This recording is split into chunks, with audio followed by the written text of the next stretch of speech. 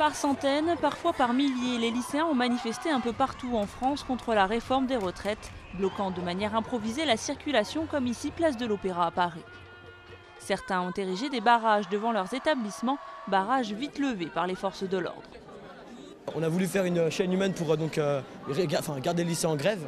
Et puis on faisait une manifestation non violente et donc les policiers sont arrivés avec leurs bombes lacrymogènes, ils nous ont gazés. Sans sommation. Ils ont tiré en l'air et puis tout le monde a couru, on s'est tous fait gazer. C'est juste antidémocratique de venir et bomber alors qu'on a tous droit à la parole. Plusieurs affrontements ont eu lieu en banlieue parisienne et notamment à Montreuil où un jeune a été blessé par un tir de flashball, inadmissible pour les élus locaux de l'opposition. Mais je vous pose la question, en vous montrant la balle reçue par ce jeune de 16 ans, le pouvoir est-il à ce point fébrile qu'il en soit réduit à ce genre de provocation?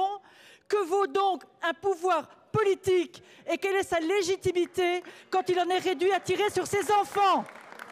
Je voudrais dire que tous ceux qui attisent, tous ceux qui poussent les jeunes à descendre dans la rue devraient réellement balayer devant leur porte. En tout, près de 900 lycées sont mobilisés selon l'Union nationale lycéenne, dont 550 établissements complètement bloqués. Le ministère conteste ces chiffres et parle de seulement 340 lycées perturbés. En fin d'après-midi, des centaines de jeunes ont convergé vers le siège du MEDEF à Paris, mais n'ont pas pu l'atteindre à cause de l'impressionnant dispositif policier mis en place.